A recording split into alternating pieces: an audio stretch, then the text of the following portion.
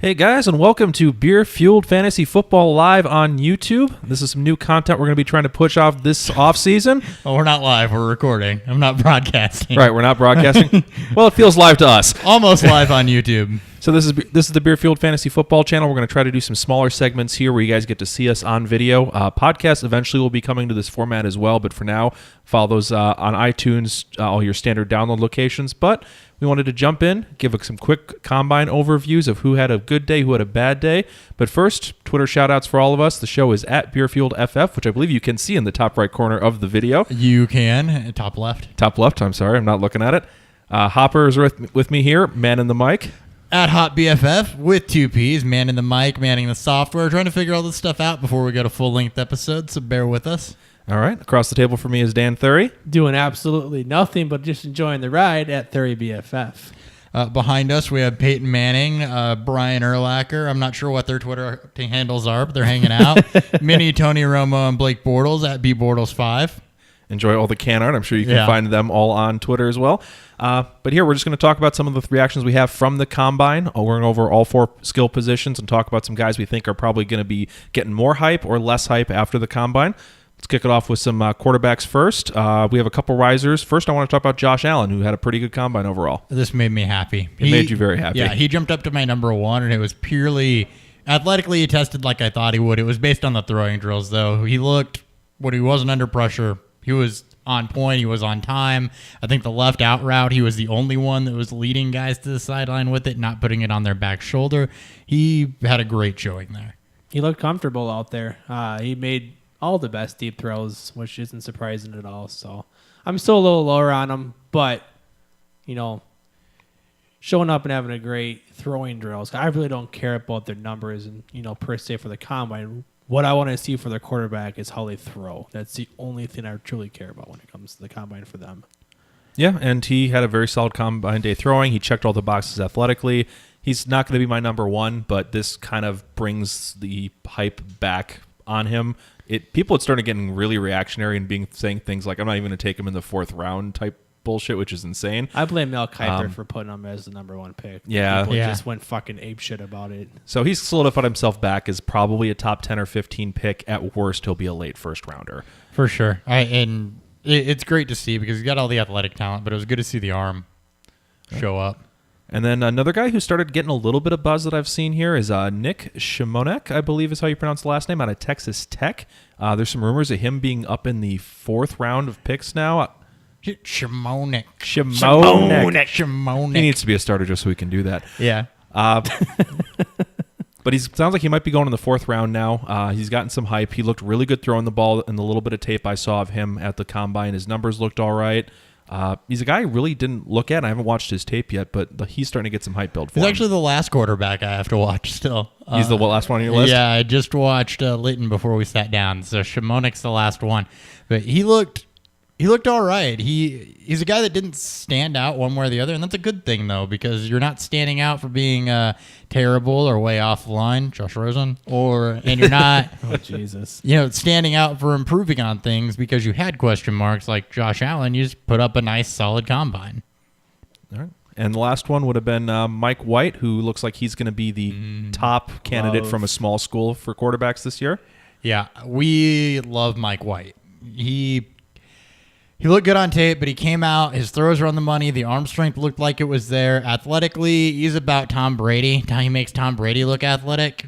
Yeah. He's not a very athletic guy, but you've seen with Tom Brady, you've seen with Peyton Manning, arguably two of the best of all time. You don't have to be a super athlete to be a good quarterback. And when it came to the throwing part, which is important for a quarterback, he was good at it. I think it's going to be a toss-up between him and Mason Rudolph as the least athletic quarterback in this class. Ooh, that's a tough fight. It is. It's tough. But I love Mike White. I can't wait to talk more about him when we go through our draft breakdowns. Yeah, the full breakdown. Full breakdowns. All right, now a couple fallers. Luke Falk, we were already not fans Moving of on. his, and he just had a terrible Combine. Yeah, he solidified why we don't like him. He was offline. He was wild. I believe he's the one that pelted MJD in the head if you were watching the NFL Now stream because he airmailed somebody.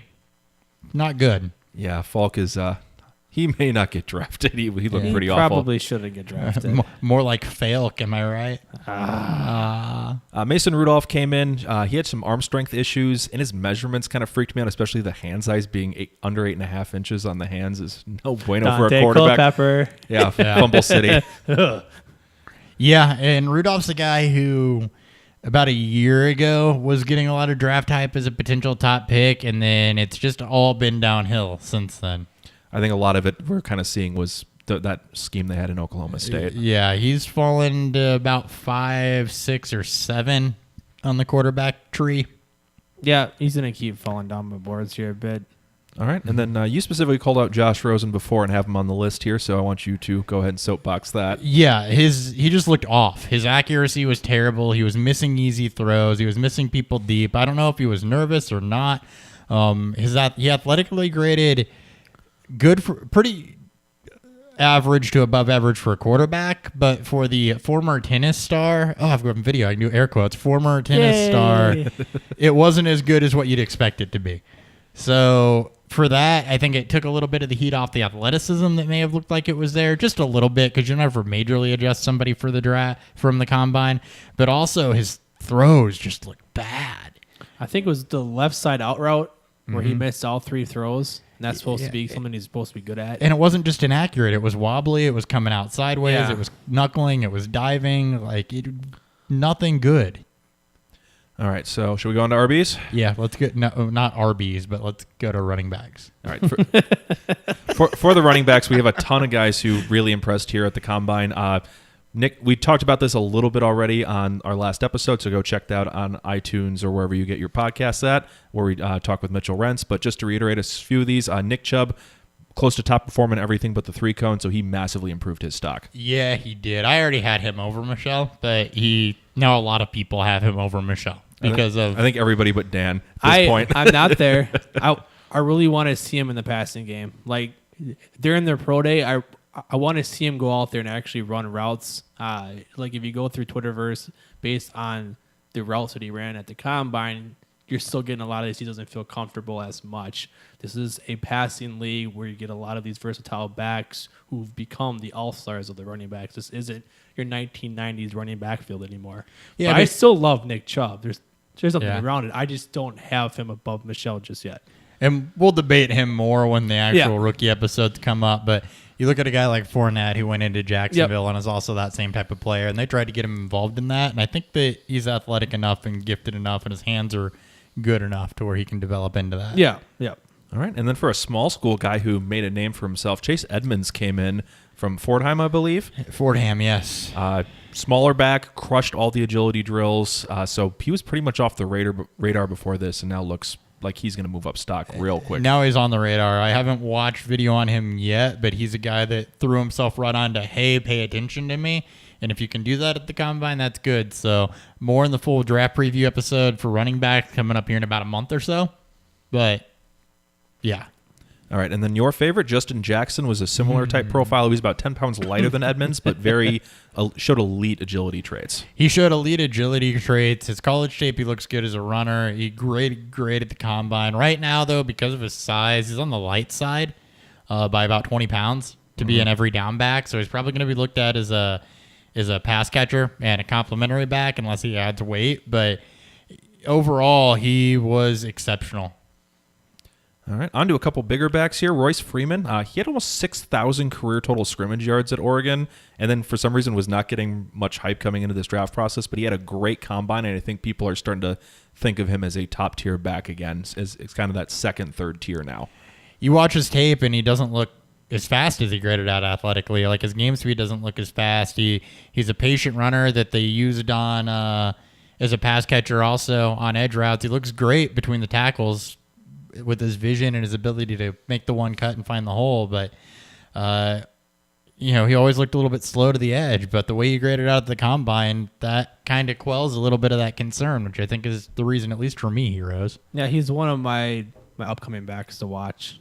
I've been kind of going through all 3 positions. I'll eventually get to tight ends, but eventually. Eventually. I'll get there. Yeah, we're ignoring tight ends right now. Yeah, for Freeman, the other big thing for him too, I think, was it may have been just the defenses they faced in the Pac-12 because they do have a lot of speed on those that may have made him look a little slower than if he'd been a Big Ten or SEC back. Right.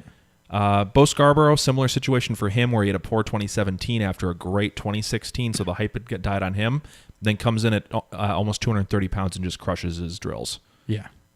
I don't have a lot more to say on that. His 2017 tape looked terrible, and then he came in, crushed the drills, looked like he could be 2016 Bo. Looked fast. He's big. He could be, if he plays to his potential, just as good as Chubb. Yeah. Same type of back. And then shout out to Travis NFL with his favorite, Chris Warren, 250-pound back, who they're not supposed to run 7-second sub cones or 4-2 short shuttles. No, Chris Warren showed great burst and agility, especially for a back that his size. If a team needs a banger or a guy that they want to run up the middle, that pair with the pass catching back, Chris Warren sounds like he's your dude. So LeGarrette Blunt 2.0. No, I think he's better than Blunt. I definitely think he's better than Blunt.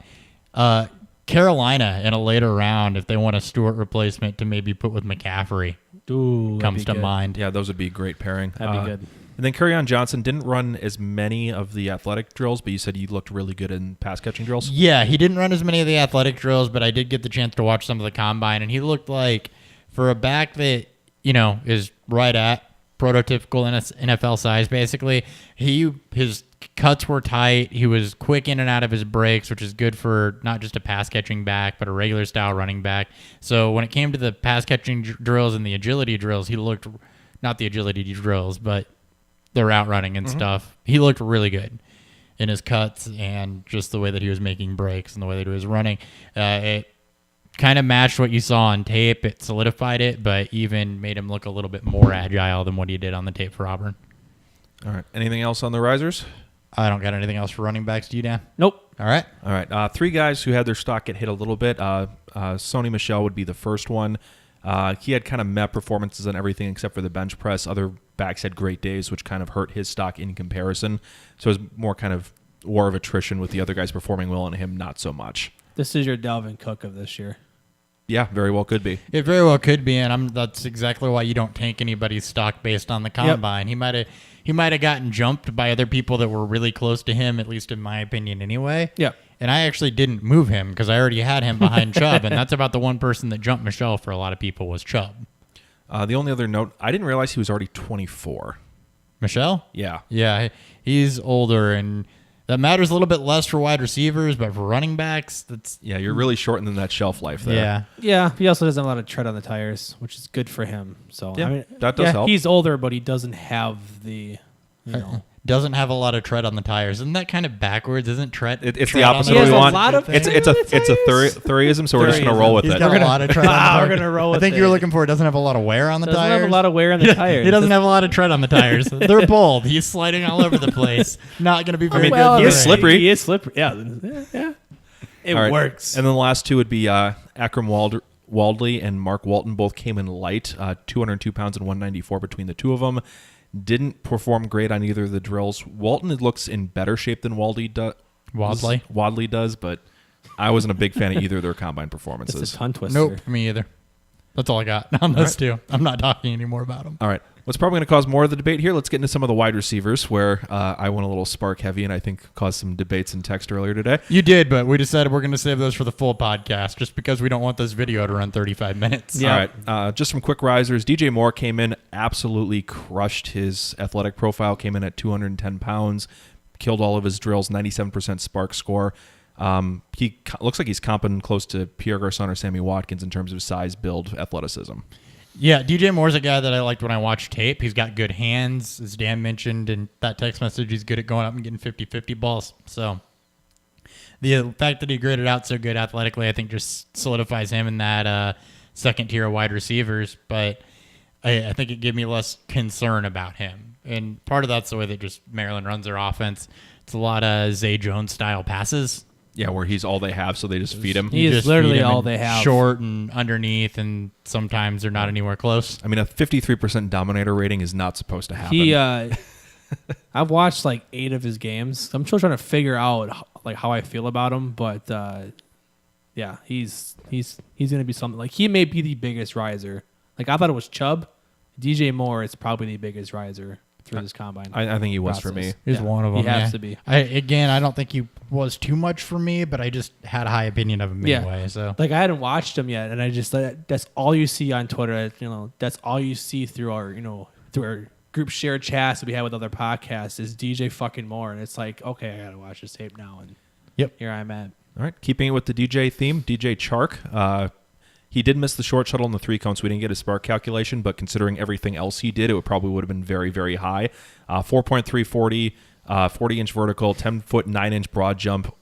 Looked great running routes out there. His stock may have pushed him into the first round. What the fuck is wrong with LSU? And I have no idea. This has been a theme for our last couple of recordings we've done. What the fuck? That's got to be the concern, though, is that LSU doesn't use his limited route tree and doesn't really use their wide receivers, and that's got to be the only concern with them because athletically, he's fantastic. Yeah. And he looked great running drills out there, too. He did not look concerning in drills, so I'll have to watch the media reports from his pro day, but overall, he's a guy that I think really did improve his stock because when you watch tape, it's LSU, so there's not a lot there. But when you grade out that well and you look that good in drills, then you're going to jump up, especially when you're that freaking athletic because let's say you don't work out as a wide receiver. Well, you just got a punt returner at least. Yep. Yeah. Antonio Callaway was a guy who a lot of people had forgotten about with his off-field issues. Comes in, weighs 200 pounds at 5'10", so he's a very thick build, 4.41 40. He's going to get his name back on people's radars now. Also looked really good running drills. I've watched what little tape there is because he's an idiot. And he's a guy that would have been talked about ahead of RIdley and probably Sutton if he pulled his head out of his ass. Yeah, I think he was considered to be on their talent level or even better. Yeah, so think Joe Mixon from last year, he was considered to be a top-tier back, but his issues. The one thing with Callaway that was pointed out by somebody on Twitter, and I wish I could remember who, if he goes someplace that's not close to Florida and not close to home where he doesn't have the people there, you don't have to worry about the off-field issues as much. So get him to California, then don't let him leave the state ever. Yeah, pretty much. Don't let him go home on the off-season. All right, and the last one was Dylan Cantrell. I believe he's Texas Tech, I believe, as well. Yeah, he's a Texas Tech guy who was the number 1 spark scoring wide receiver, so I was really shocked that you didn't mention him as a riser, old Sparky. But little Sparky. Little Sparky. He's like a little dog.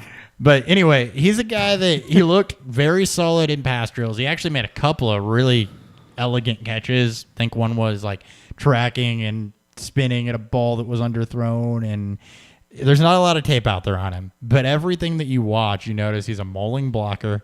He can make Alshon Jeffrey levels of spectacular catches. Like if you watch Jeffrey with the Bears, he can do that. And he graded out as an athletic freak. So he's a guy that you got to pay attention to now. God, 6'2", 226? Yeah, that wasn't on anybody's radar. Yeah, he's built like a truck in terms of a wide receiver. Is it receiver. because he's from Texas Tech and they, it's that spread offense where he's going to see a lot of off coverage and I think it's that. I don't think he was a big name in terms of a recruit. I think there was a few things there where his name just did not get mentioned. He didn't put up boatload big numbers or anything like that. It was like 800 yards and 8 touchdowns. Solid but not good, but everything else grades out. And I mean, in the Big 12, like every team has one of those guys. Yeah, everything grades out. All right, and then for the fallers, the big ones being docked, Calvin Ridley just with his 7% spark score in starting to get some comps in terms of player profile to Jared Abbrederis and Brian Hartline. I think he needs to be a slot receiver. There's no way he can play outside with that profile. Yeah, he's a little too small to be one, but it's good to know that he can play both inside and outside. He's got the speed, he's got the ability. He is the best route runner in this draft, and I don't think it's even close. He creates ridiculous separation. So even though that he's a smaller receiver, when you're getting 5 yards of separation, it doesn't fucking matter because it's just you and the football at that point. Right. In being a good route runner can get it done for you. You've seen that time and time again. But ultimately, you do have to be somewhat concerned with the athletic numbers. I don't know how concerned you are with spark score. I think the thing to keep in mind there is that, other 2 notable wide receivers that didn't grade out great with spark score, still better than Ridley, but that didn't grade out great were Antonio Brown and Stephon Diggs. So it's not the be-all, end-all. Nope. But it's concerning. I mean, you still have his pro day. And you have his pro day, so I did. We'll see. I did deep dive and try to find a player who I could comp at all to him in terms of spark score. The closest I could find to his percentage that was successful was Wes Walker. Well, that ain't a bad comp, especially if that he was the becomes a slot only guy. one. And he plays that. I still think he's our just, I still say Diggs is my best comp for him. So, Okay. But that's just me. That's with tape, too. Yeah, that's everything. That's a lot of tape. Well, and then one that makes you happy, Simi Cobbs Jr. comes in slightly better at 11% spark score. He looks like a worst Laquan Treadwell athletically. I hate Simi Cobbs. He doesn't separate. He's not a good route runner. He's not a good hands catcher. He's got a little bit of diva mentality to him. So he's worse Sutton? So Des Bryant without the skill. So Yeah. he's worse. I can't wait to watch him so I can hate him with you. Yeah, no, I am not a fan. All right. And then the last one, a guy who was getting first-round talk was Christian Kirk. He had an okay 40 time, but he was pretty meh to bad everywhere else. 35.5-inch vertical, under a 10-foot broad jump. 3-cone was over 7 seconds. Drills, he was did dropping bench balls. 20 at least. He did show some strength there, which is good, but I think he probably falls out of the first round of the NFL draft. Yeah, he's going to be a slot guy, and that's what I thought watching tape. He only played from the slot. He only played from the slot. Doesn't necessarily have a big body. He sounded like the type of kid who's willing to do whatever in his interviews, but he's a good route runner. He focuses a lot on his technique, which can mask athletic deficiencies. But, those guys that are maybe not athletically great but are technicians and slightly undersized, you typically see end up as NFL slot receivers. Yeah, and he's not a hands catcher, but as I said, when we get into these breakdowns of these players, we'll go more into what we like and don't like about them. The comp I heard that I kind of like is a less athletic Golden Tate. Yeah. All right, real quick. Yep. We got two risers for the tight ends. Quick through tight ends because we don't have a lot to say here. Yep. Mike Gesicki, 99% spark score, the second best tight end combine ever behind Vernon Davis. When you're watching Barkley tape, he actually kind of stands out, which is Impressive as fuck. And just in case if anybody is at home and watching, they're going, "What about Saquon Barkley?" The dude fucking proved to us that he's a fucking gift from God. You can't rise anymore. He can't rise past 101. And I think enough people have talked about Barkley. Yes. We're trying to hit some other people. Yeah, he's hit a great combine. That's it. Trying to go a little deeper.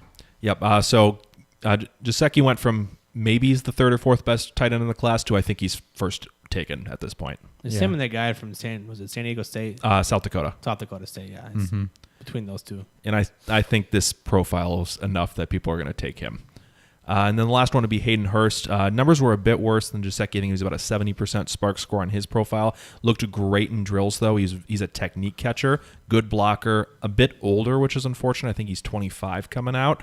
But he's probably the second or third tight end taken in this draft. Well, and again, with tight ends, it's another position where you can play into your mid-30s, so it's not as bad as it is with older running backs. Yep. It seems that most of them start hitting when they're 28, 29 anyways. Yeah, they're it late. takes so long for them to really get going. They're late bloomers, tight ends are. And it's such a massive learning curve, learning how to be a receiver, a blocker, jump ball artist, and 10 different things. It's more of a kind of multifaceted skill compared to some other positions. We got kind of spoiled last year with we got massively spoiled last year. So any guys that you guys want us to talk about on a future episode, tweet at us at BeerfieldFF or comment below on the YouTube channel. We're going to tweet this out on our main Twitter profile. Subscribe to the YouTube channel if you stumble across this. We'll be putting out content kind of sporadically throughout the off season, and then we pick it back up again whenever the NFL season starts. Not sure exactly how that's going to look yet, but subscribe and you'll find out. And also, mystery box. You can check our last season's content where we're doing individual recordings of just one of us talking at a webcam. If you prefer that type of content where we can produce more of it, let us know. If you'd prefer this where we're sitting down and talking as a group, let us know that as well. Beyond that, I think that's all we got for this. That's all we got. We will catch you guys next time. I think we're going to pop out a little Pre-free agency deal too, so check that out. So check both these episodes out. So if you've watched this one, go check out the next one, which should be right next to it. We'll catch you guys later. See ya.